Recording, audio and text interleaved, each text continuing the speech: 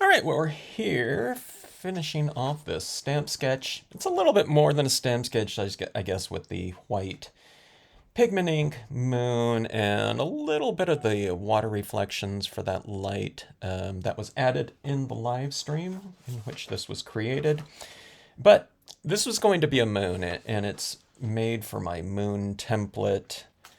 It's the moon on the latest nature set right here, that size. But I thought that might look good with as like a sunset. So I'm going to try something here that I haven't really tried before, which is like a split screen, split fountain type of color transition on here. And I'm going to be applying it right over the top of this white pigment ink. So I don't know if that's going to work or not.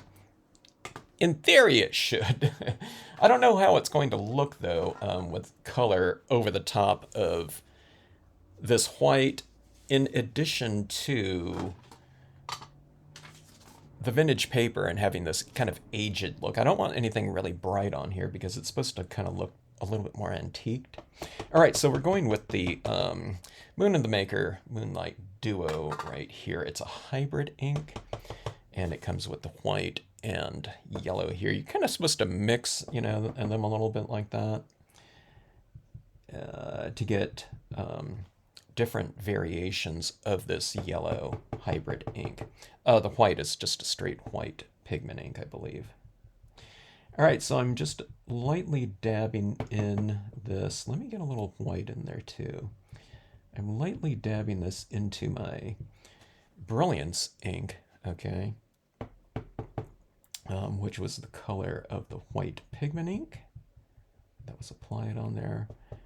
Getting for a little bit more of this mix here. You might kind of cringe and think, wait a minute, you're adding that yellow into that white, but you just take this and wipe it right off and it comes right off. I was a little bit confused myself. I thought, what? We're going to mix those two together? You know, mix. We don't think about mixing, physically mixing, our colored inks with white, especially on the pads, but that's what it's designed for. Again, so you can get these different values, different kind of slightly more translucent, opaque values of, whatever color these pads are, formulated as, if that makes sense. Okay, so I'm applying this on top of there. It's applying a little bit more and more. Now I'm going to do some blending on here, to match the kind of the opacity of the white that was down on there. Okay, so it's getting a little bit more of a warmish tinge right here. About like so. Okay. And let's bring that yellow down a little bit more. I want to retain some white on here though, because I'm going to have this white reflected light throughout the scene. All right, let's try to add in a little bit of orange. Now the orange, I'm thinking, I don't know if I wanted to do that, but I thought this could use a little bit more of a transition in here.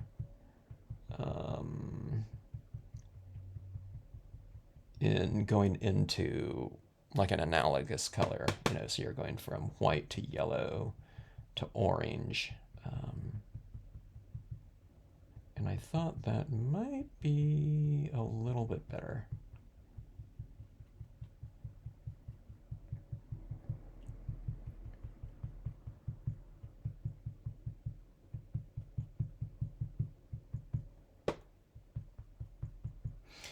So going for a little bit of a darker tinge right up top. Trying to. There's not very much space here to work with that. But remember, I don't want to cover up all that yellow with the orange. At least not a real strong version of it. Okay, I might come into it a little bit though.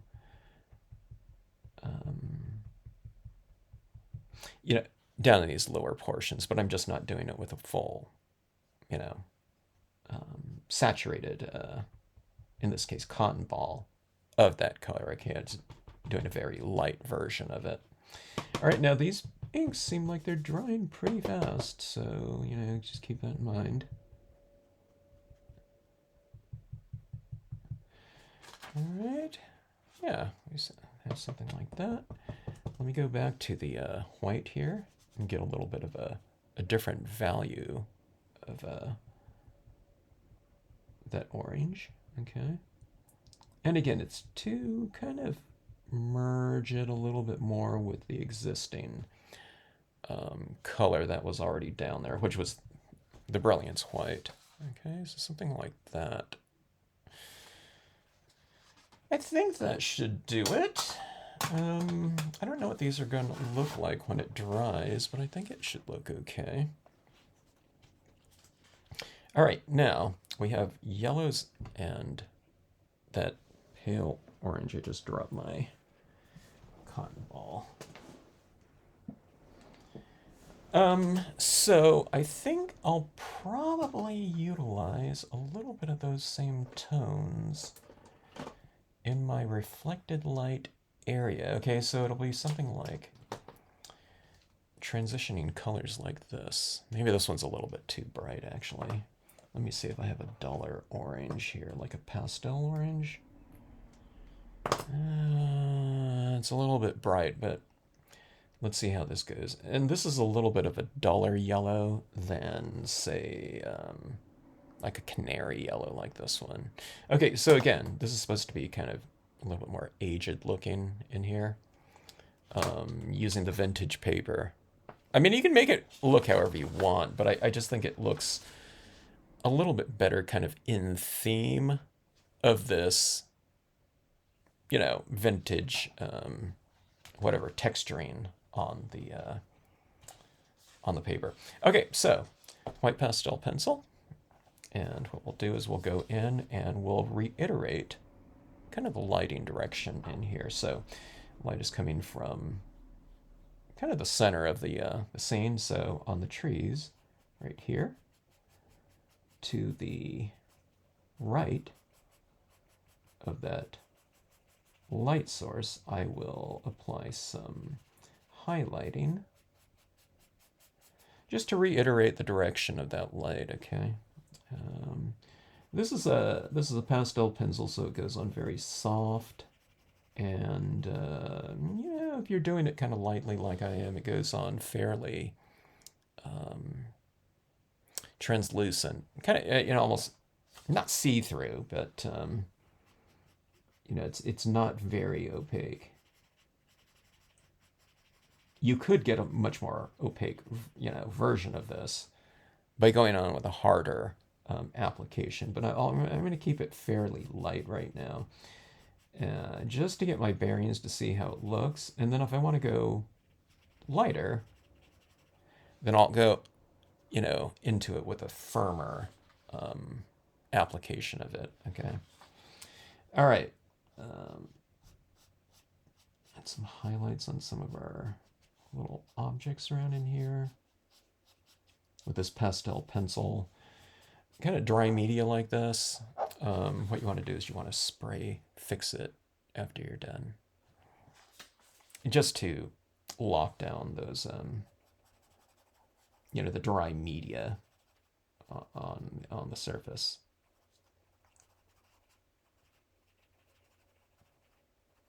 Kind of dry, powdery, media. Like colored pencils are dry media, but they go on like as a with a wax, not like a powder. All right, so these trees on the right side of them, to the left of the light source, are being right side illuminated. The opposite of these trees, to the on the other side of the light source.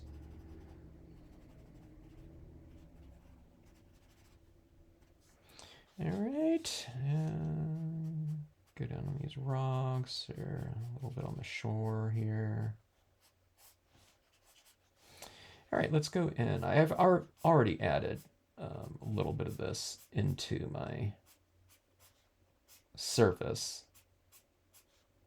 but we'll add some more now.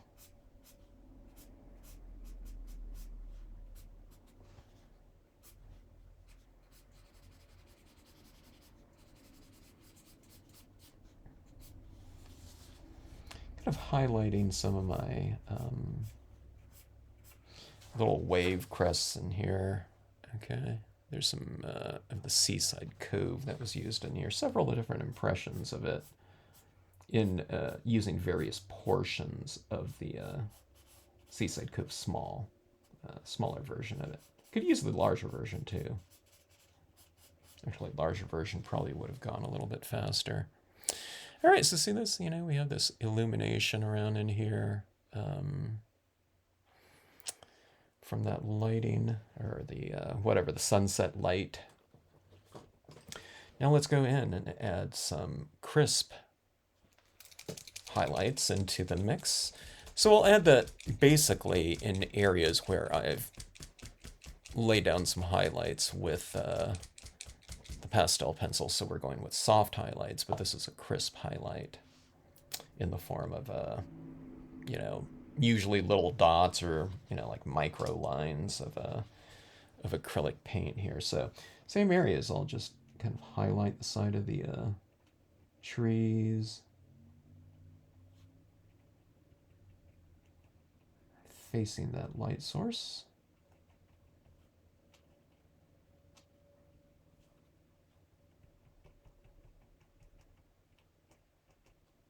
Kind of just keep your pen flowing. You might get some of that pastel into the tip here, and it kind of clogs it up, but just kind of get it flowing again with a little scribble or a shake. As I was mentioning in my live stream, ideally you kind of want to lay down that pastel, then spray seal it to lock it down, and then go over it with this, because you won't have loose pastel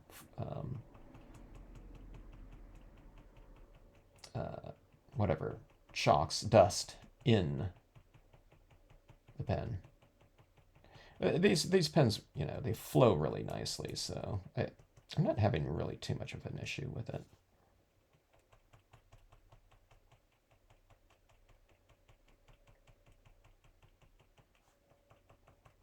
These new sets and images have been really fun to experiment with so far, and there's probably tons of different compositional arrangements that will show up on places like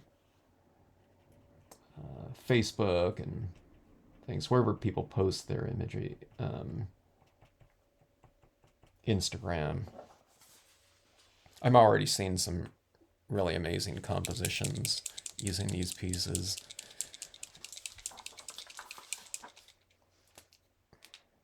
And for the most part, people just got these, so always fun. Always fun to explore and see people's other people's interpretations of the designs.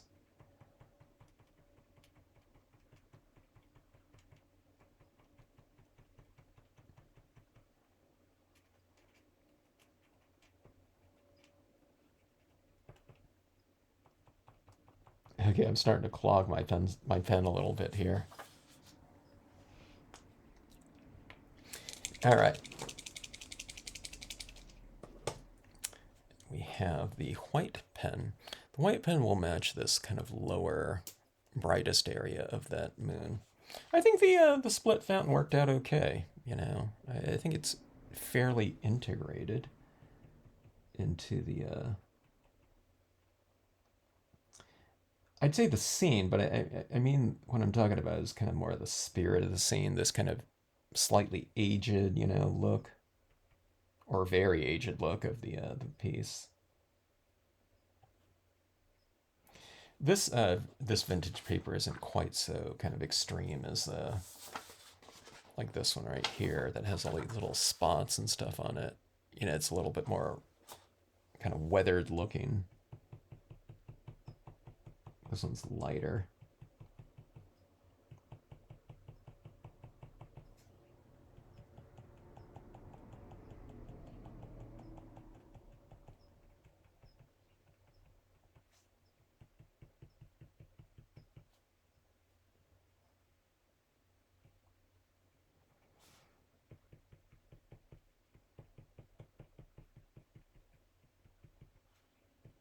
Okay, adding a little bit of highlighting on some of the crests of my wave. It makes the water kind of sparkle and shimmer and move a little bit more when you add little details like this. It's, that sparkly water and shimmering, flashing water is the thing that kind of, or one of those things certainly that, that we love seeing out in nature. So it's a good idea to kind of add that back into your stamp scenes. It just takes a few little dots like that, but see the shimmer on the water like that now? It really kind of brings the area to life, and it's not moving, but it has the illusion of kind of movement. Um, more so than, if it wasn't on there.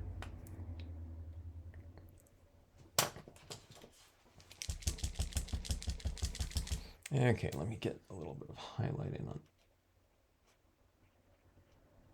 a couple of these trees, I think. If you kind of highlight some of the trunks of your trees, it can kind of, it adds a lot of, kind of dimension and kind of structure to them. Okay, I really clogged this pen right here. Let me see if I can get it flowing again. Yeah, okay, here we go.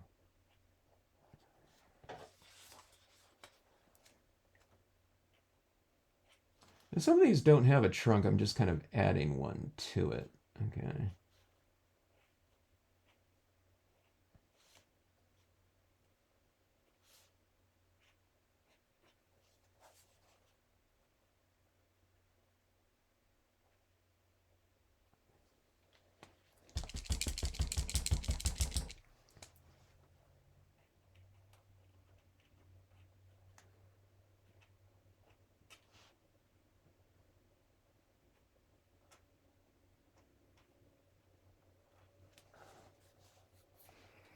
That tree right there with that trunk. It really brings some dimension to it, huh?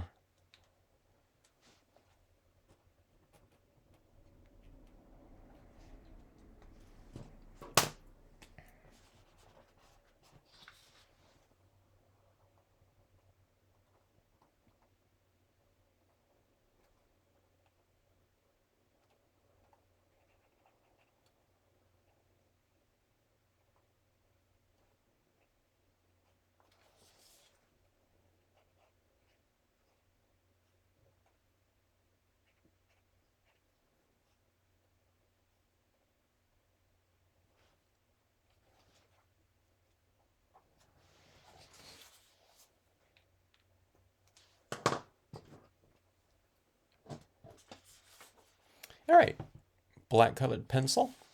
We'll add in some shading now. Some of the areas get a little bit busy with some of the highlighting, but I'll mute some of that out a little bit if need be with some shadow work.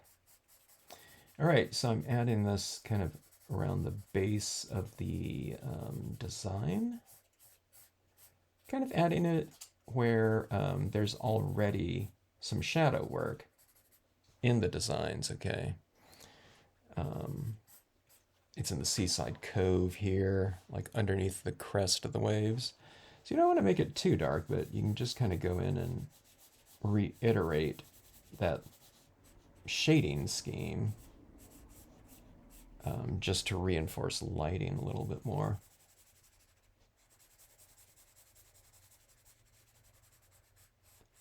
Adding some around that paddle board right here. A little shadow.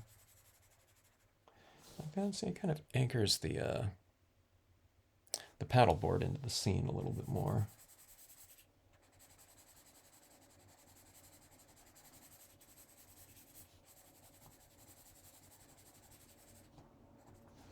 So a little shadow work right there. Again, it gives the scene a little bit more, or the imagery, a little bit more kind of mass and maybe volume too. Looks a little bit more dimensional, and it stands out from the page a touch.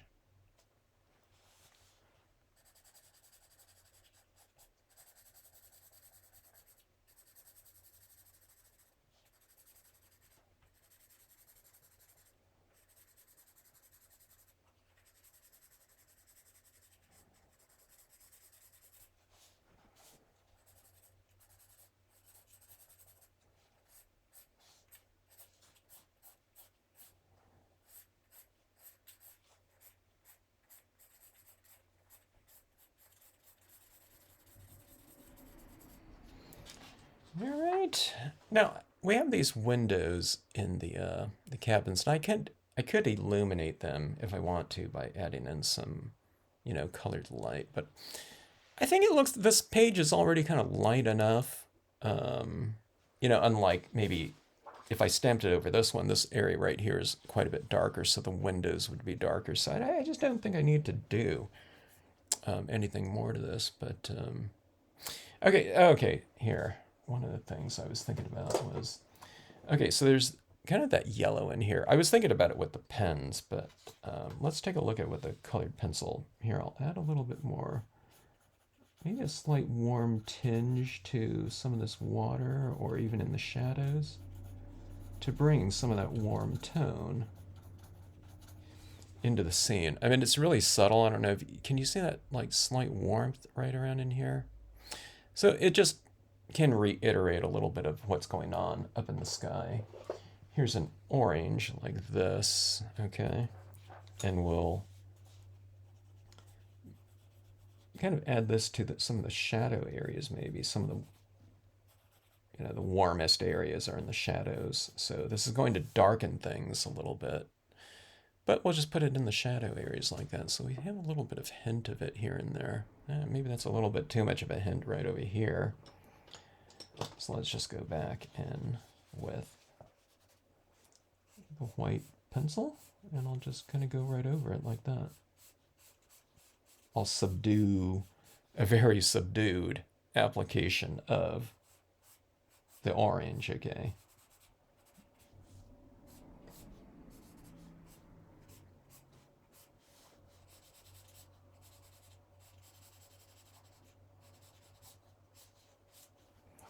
All right. I think that should do it. Sunset kayaker. Or is it early morning kayaker? Or paddleboarder, I should say, not kayaker. A little bit of highlighting on those trees like that, right in there. And a little bit of shadow work. It's fun stuff. It's good exercise for kind of, seeing light, or whatever, defining light, I guess would be more accurate. But fun stuff with the new scenes. So we have a kind of a daytime or dusk type of scene. And here's the kind of the accompanying scenario right here with the moon both kind of rising up on the horizon. It gives a little bit of a different feel when it's kind of coming up over the horizon like that, doesn't it? I think this one would look good as a moon too, but I wanted to play around with it since I just did this one. I thought, let's make this into like this gigantic sun on the horizon. On something like this, okay, this one right here, I think this is like the perfect spot for a quote stamp, so I'll finish it off with something like that up there. Up here, it might be a little bit too dark for a quote in black, but a quote using some gold pigment ink might be kind of interesting in that one. So we'll figure that out. I'll take a look at the scenic sentiment quotes and see if something looks pretty good for either of these or both.